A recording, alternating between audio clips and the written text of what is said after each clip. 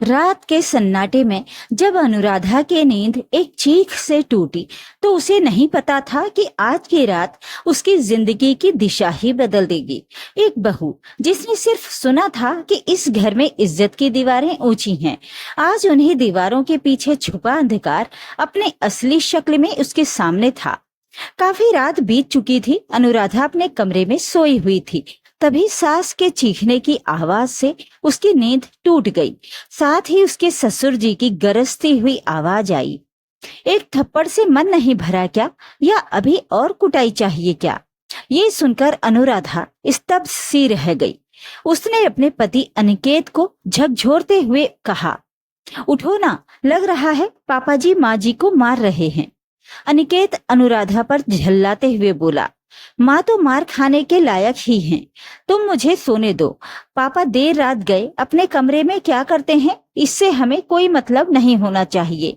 ये उनका आपस का मामला है, उनकी भी अपनी प्राइवेसी है। अनुराधा से रहा नहीं गया। वो उठकर ससुर जी के कमरे में पहुंची तो उसके होश उड़ गए, क्योंकि उसके ससुर जी ने सुनैना जी को दीवार से सटाकर जोर से उनका चेहरा अपने हथेलियों में जकड़ रखा था। अगले ही पल उसके ससुर जी ने एक और जोर का तमाचा अपनी पत्नी को मारते हुए कहा, नालायक, अब तू जुबान भी लड़ाने लगी है। कहाँ से सीख रही है तू ये सब? याद रख, तू औरत है और तुझे जिंदगी भर मेरी गुलामी करनी पड़ेगी। इतने सालों में तो तुझे मेरे अत्याचार सहने की आदत पड़ जानी चाहिए थी। अब अनुराधा से रहा नहीं गया। वो गुस्से से गरजती हुई आवाज में बोली, पापा जी, ये आप क्या कर रहे हैं? आप माँ जी पर हाथ कैसे उठा सकते हैं? राजवीर जी गुस्से में पीछे पलटते हुए बोले, बहू, तुम्हारा यहाँ कोई काम नहीं है। तुम चुपचाप अपने कमरे में चली जाओ, यही तुम्हारे लिए अच्छा होगा। लेकिन अनुराधा रुकी नहीं और लपकते हुए कमरे में आई और अपने ससुर जी की पकड़ से सास को छुड़ाते हुए बोली, आपको हो क्या गया है? क्या घर में ऐसे रहा जाता है? राजवीर जी गुस्से में बोले, ये मेरा घर है, इस घर में मैं जैसे चाहूं रहूं। तुम मुझे समझाने वाली कौन होती है?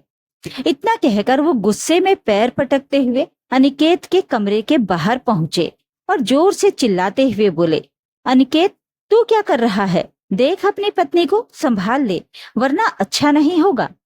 अनिकेत हड़बड़ाते हुए कमरे से बाहर निकल कर आया तो राजवीर जी गुस्से में बोले, तेरी पत्नी मेरे कमरे में आकर बवाल कर रही है। उससे कह दे कि मैं अपने कमरे में जो भी करूं उसे बीच में बोलने की जरूरत नहीं है। अब अनिकेत लपकते हुए पापा के कमरे में पहुंचा और तुरंत ही अनुराधा का हाथ पकड़कर उसे बाहर की ओर खींचते हुए बोला, चलो, तुम्हारा यहाँ कोई काम नहीं है, ये पापा का कमरा है। पापा अपने कमरे में जो भी करें उससे हमें क्या? अनुराधा उसका हाथ झटक कर गुस्से में बोली, तुम्हें अपनी माँ की हालत देखकर कुछ समझ में आ रहा है या नहीं? बात चाहे कुछ भी हो, इस तरह अपनी पत्नी पर हाथ उठाना ठीक नहीं होता। अब अनिकेत से रहा नहीं गया। वो अनुराधा को जबरदस्ती खींचते हुए बाहर लेकर आया और उसे एक जोर का तमाचा मारते हुए बोला कि बाबूजी अच्छा करते हैं जो माँ जी को मारते हैं। अगर औरतों को मारपीट कर काबू में न रखो तो वो ऐसे ही बदतमीज हो जाती हैं। हमारी शादी को 7 महीने हो चुके हैं और तुम्हें अभी तक ये समझ में नहीं आया कि ये घर बाबूजी का है और वो अपनी मर्जी के मालिक हैं। आगे से बाबूजी कुछ भी करें, तुम्हें बाबूजी के मामले में कुछ भी बोलने की जरूरत नहीं है। अनिकेत की बातें सुनकर अनुराधा हैरान रह गई। उधर सुनैना जी कमरे के भीतर अलग ही रोए जा रही थी। बाहर से थप्पड़ की आवाज आने पर वो दौड़कर बाहर आई तो उन्होंने देखा कि अनुराधा अपना गाल पकड़कर फर्श पर बैठी हुई थी। उनका दिल धक्क से रह गया और वो सोचने लगी कि ये सब क्या हो गया? मेरा बेटा भी पिता की राह पर ही चल पड़ा। वो अपना दुख भूलकर अनिकेत के सामने आकर खड़ी हुई और गुस्से में गरजते हुए बोली, तुमने बहू पर हाथ उठाने की हिम्मत भी कैसे की? अनिकेत गुस्से में बोला, तुम औरतों को मार खाने की आदत होनी चाहिए। बिना मार के तुम लोगों को बात समझ में आती है क्या? अब तो सुनैना जी गुस्से से कांपने लगी।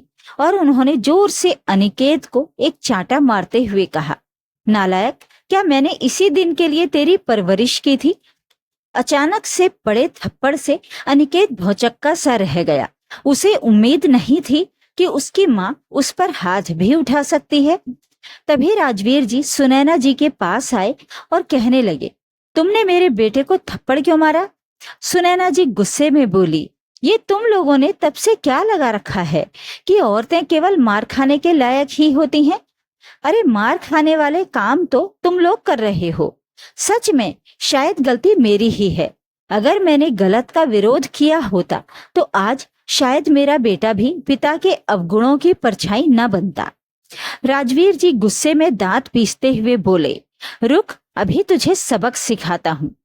तभी सुनैना जी ने भागकर कोने में रखा हुआ पोछे वाला डंडा उठा लिया और गुस्से से गुर्राते हुए बोली, खबरदार जो मेरी ओर एक कदम भी बढ़ाया तो। राजवीर जी बौखला गए और कहने लगे कि तेरी इतनी हिम्मत कि तू मुझे डंडा दिखाती है, आज तेरी अकल ठिकाने लगाता हूँ। तभी अनुराधा उठकर खड़ी हुई और कहने लगी, खबरदार, अब आप माँ जी को कुछ नहीं कहेंगे। अनिकेत भी आगे बढ़ने लगा तो सुनैना जी उसके आगे आकर खड़ी हो गई और डंडा उसकी ओर दिखाते हुए बोली, रुक, कोई भी बहू को या मुझे हाथ नहीं लगाएगा। आज दोनों सास बहू एक दूसरे के लिए अन्याय के खिलाफ खड़ी पुकार रही थी। अनिकेत माँ को धकेल कर अनुराधा को कमरे की ओर लेकर जाने लगा। अनुराधा उसका हाथ छुड़ाने की कोशिश कर रही थी। राजवीर जी ने भी तुरंत ही जाकर अपनी पत्नी को घसीटना शुरू किया तो सुनैना जी एक डंडा मारते हुए गुस्से से चिल्लाईं, खबरदार जो मुझे हाथ लगाया तो। राजवीर जी जोर जबरदस्ती करने लगे तो सुनैना जी के डंडे का प्रहार भी बढ़ने लगा। अब तो राजवीर जी डंडे के प्रहार से बचने की कोशिश करने लगे। अनिकेत ये दृश्य देखकर अनुराधा को छोड़कर माँ के पास आया और माँ के हाथों से डंडा छीनने की कोशिश करने लगा। अब इस बीच अनुराधा ने पुलिस को फोन कर दिया। अनुराधा की आवाज सुनकर राजवीर जी और अनिकेत दोनों सन्न से रह गए। अनिकेत तुरंत ही अनुराधा के पास आया और कहने लगा, ये तुमने क्या किया? पुलिस को फोन करने के लिए किसने कहा था? अनुराधा गुस्से में बोली कि आज तो तुम लोगों की अकल ठिकाने लगानी बहुत जरूरी है, वरना तुम लोगों की हिम्मत दिन प्रतिदिन बढ़ती जा रही है। मुझे नहीं चाहिए ऐसा पति जो अपनी माँ को मार खाते हुए देखकर भी चुप रहे और अपनी पत्नी पर भी हाथ उठाए। अगर तुम्हारे बाबूजी माँ के साथ मार पिटाई कर रहे थे तो तुम्हें उनका विरोध करना चाहिए था, ना कि उनका साथ देना चाहिए था या उनके नक्शे कदम पर चलते हुए मुझ पर हाथ उठाना चाहिए था। अनिकेत के तो होश उड़ गए थे। वो बात बदलते हुए बोला, देखो, इसमें मेरी कोई गलती नहीं है। मैं बचपन से ही यही सब देखता आया हूँ, मुझे माफ कर दो। उधर राजवीर जी भी गुस्से में कहने लगे, बहू, ये हमारे घर का मामला था। एक तो तुमने मेरी प्राइवेसी का ध्यान नहीं रखा और ऊपर से तुमने पुलिस को भी फोन कर दिया।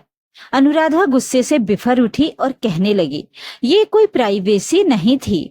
औरत के साथ बंद कमरे में अगर अत्याचार होता है तो इसका मतलब ये नहीं है कि वो अत्याचार करना जायज है। राजवीर जी गुस्से में बोले, मैं तुम्हारे पिता को फोन करके बताऊंगा कि तुम कितनी बदतमीज हो। अभी तुरंत ही पुलिस को फोन करके घर आने से मना करो। अनुराधा भी जिद पर अड़ गई और कहने लगी, मैं भी पापा को फोन करके बताती हूँ कि उन्होंने कैसे परिवार में मेरा रिश्ता तय कर दिया, जहाँ पर औरतों को पैरों की जूती समझा जाता है। कहते कहते वो हांफने लगी थी। फिर सुनैना जी के पास जाकर वो कहने लगी, माँ जी, अब आपको हिम्मत दिखानी होगी। आप मार खाने के लिए नहीं बनी है। ऐसी क्या गलती की थी आपने जो पापा जी आप पर हाथ उठा रहे थे? सुनैना जी की पलकें नीचे की ओर झुक गईं। वो कहने लगी, मुझे बुखार था और ये अपने पैरों की मालिश करवाना चाहते थे। मैंने इनकार किया तो इन्होंने मुझ पर हाथ उठाया। इतना कहकर वो रोने लगी।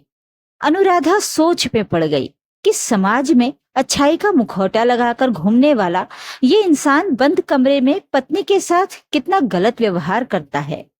खैर, थोड़ी देर के बाद पुलिस की टीम घर आ गई। अनुराधा ने महिला इंस्पेक्टर निकिता को सारी बातें बताईं। साथ खड़े कांस्टेबल ने अनिकेत और राजवीर जी दोनों को गिरफ्तार कर लिया था। दोनों पिता बेटे एक साथ ही जेल की सलाखों के पीछे जाने वाले थे, क्योंकि दोनों ही गलत रास्ते पर चल रहे थे। जब मोहल्ले में सबको पता चला कि राजवीर जी बंद कमरे में पत्नी के ऊपर हाथ उठाते थे, तो सब लोग उन्हें घृणा भरी नजरों से देखने लगे। राजवीर जी किसी से नजरें ही नहीं मिला पा रहे थे।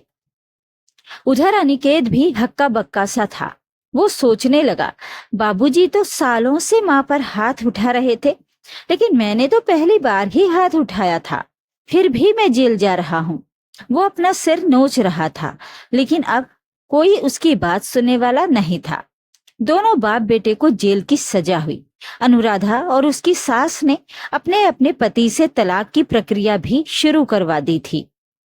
तलाक के बाद अनुराधा अपनी सास के साथ उसी घर में शान के साथ सिर उठाकर जी रही थी, क्योंकि तलाक के बाद वो मकान कोर्ट ने सास बहू दोनों के हवाले कर दिया था।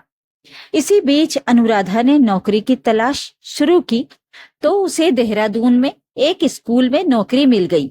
तब काफी सोच विचार करने के बाद सुनैना जी ने अपना वो मकान बेच दिया और देहरादून में जाकर सास और बहू दोनों ने मिलकर एक नया मकान खरीद लिया।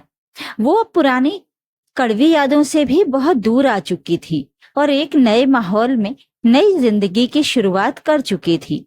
दोनों ने हिम्मत जुटाई और अन्याय के खिलाफ आवाज उठाई, तो आज दोनों के जीवन में सकारात्मक परिवर्तन आ गया था। वरना बहुत सी ऐसी औरतें हैं जो पति का अत्याचार सहकर भी ससुराल में रहने को मजबूर हैं। अनुराधा और सुनैना जी ने एक मिसाल कायम की कि अन्याय सहना भी अन्याय को बढ़ावा देना ही है। तो ये थी आज की कहानी। इस कहानी के बारे में अपनी राय कमेंट बॉक्स में जरूर लिखें। वीडियो को लाइक और शेयर कर दीजिए। चैनल को सब्सक्राइब जरूर कर लें, ताकि आपको रोज अच्छी अच्छी कहानियां सुनने को मिल सकें। तो फिर मिलते हैं एक और कहानी के साथ। नमस्कार।